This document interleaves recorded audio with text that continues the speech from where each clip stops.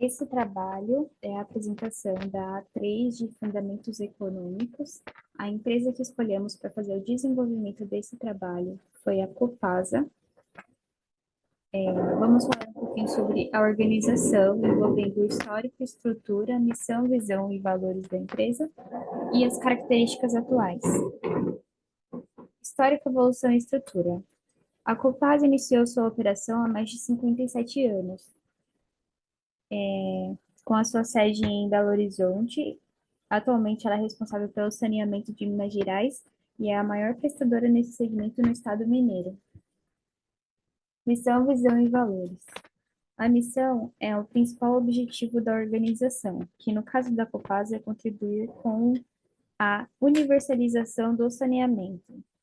Visão. A Copasa busca ser referência no que faz, prestando serviços com qualidade. Os valores da Copasa estão sempre alinhados com seus objetivos, que é atuar com transparência, responsabilidade socioambiental, valorização dos seus colaboradores e a excelência na prestação dos seus serviços. Características atuais. A empresa presta serviços de saneamento, porém, atualmente ela investe em melhorias na prestação dos seus serviços. Atualmente, a Copasa é uma empresa de capital aberto, que atua com a governança corporativa e também, atualmente, ela está alinhada com os Objetivos de Desenvolvimento Sustentável da ONU. Então, mostra que a Copasa está sempre em busca de melhorias. A microeconomia, nós trouxemos alguns fatores, como, por exemplo, as variáveis microeconômicas, que vai acabar interferindo na oferta e na demanda, os segmentos, produtos, serviços, preços e volumes, os desafios, riscos e as estratégias.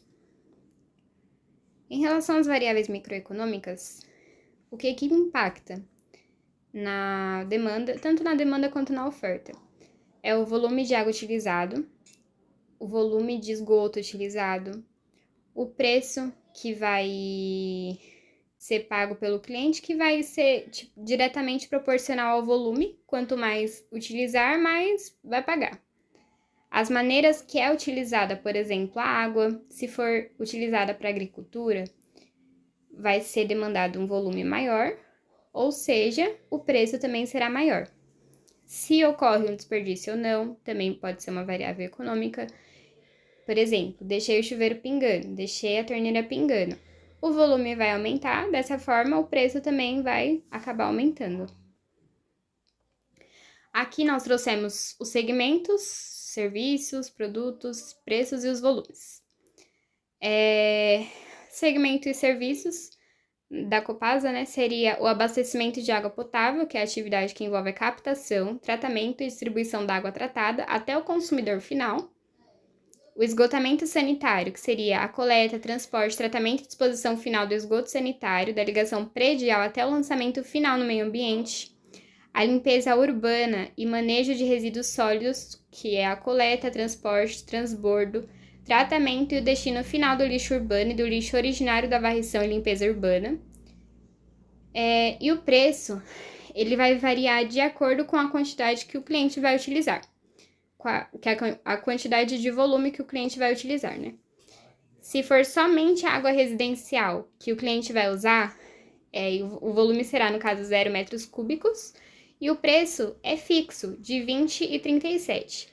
Aqui nós trouxemos o link de onde tiramos isso, né, a fonte, e lá mostra a tabelinha, se vocês quiserem dar uma curiada, ele vai mostrar o tanto de volume que se você utilizar, o tanto que você vai gastar de água. De água ou esgoto. E aí ele vai trazer tanto residencial quanto comercial. Ele é bem bacana. E tá atualizado de 2023, esses valores. Aí aqui a gente trouxe os desafios, riscos e as estratégias, que a Copasa, assim como qualquer outra empresa, ela tem desafios, como, por exemplo, de ainda existir a poluição dos rios, ocorrer o desperdício de água e as ligações clandestinas. Dessa forma, ao invés de usarem esse investimento em melhorias com a população, eles acabam usando como uma forma de amenizar esses gastos que eles têm, né? E não há risco de produtos similares.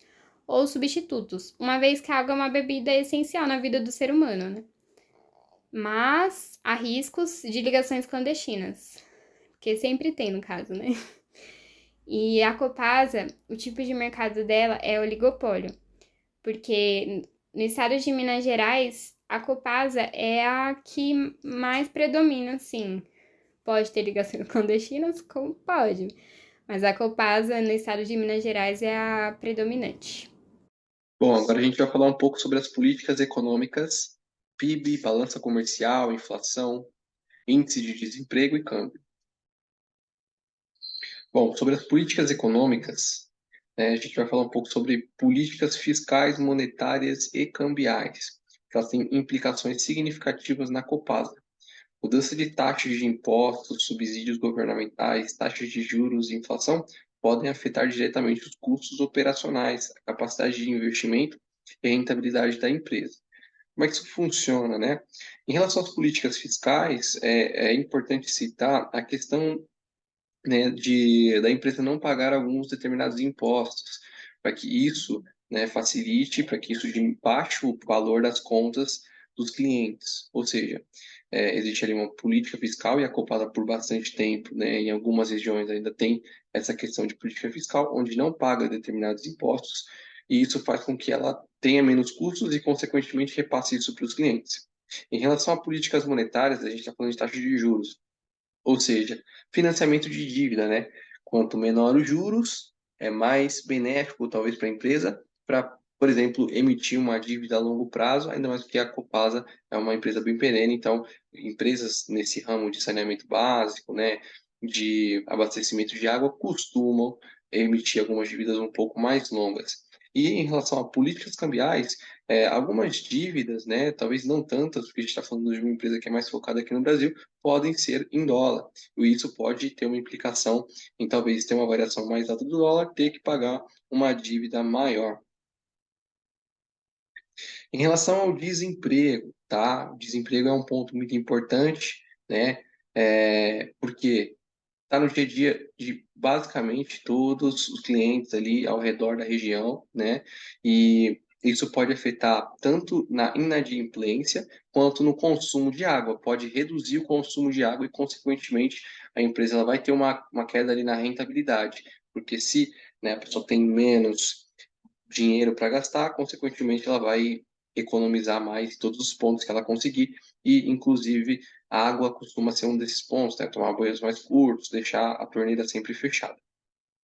E no caso de empresas públicas de água e esgoto, o aumento no investimento público pode trazer diversos benefícios. Isso inclui a expansão de infraestrutura de saneamento básico, permitindo que a empresa alcance novas áreas e aumente sua base de clientes. Além disso, o investimento público contribui para a melhoria da qualidade de serviços prestados, resultando em maior satisfação dos clientes e fortalecimento da reputação da empresa no mercado. O que isso significa, né? O subsídio do governo pode fazer com que a empresa alcance novas regiões.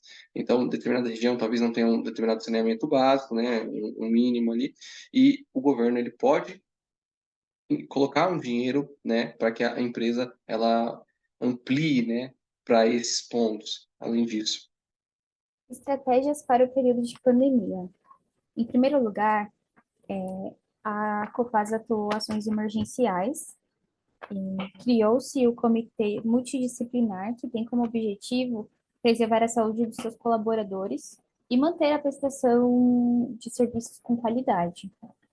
Em segundo lugar, a empresa tomou ações que eram emergenciais nesse caso, então ela não realizou cortes de fornecimento de clientes residenciais, visando a melhoria para todos. Em terceiro lugar, ela realizou o fechamento das agências de atendimento presencial e realizou investimentos em atendimento online. Durante o período de pandemia, ela realizou essas ações, porém, após a pandemia, ela realizou a redefinição do seu posicionamento de planos estratégicos e realizou eventos como o Copasa Day, que tinha como objetivo estreitar o relacionamento com os investidores e os clientes. E também realizou mudanças nos seus atendimentos.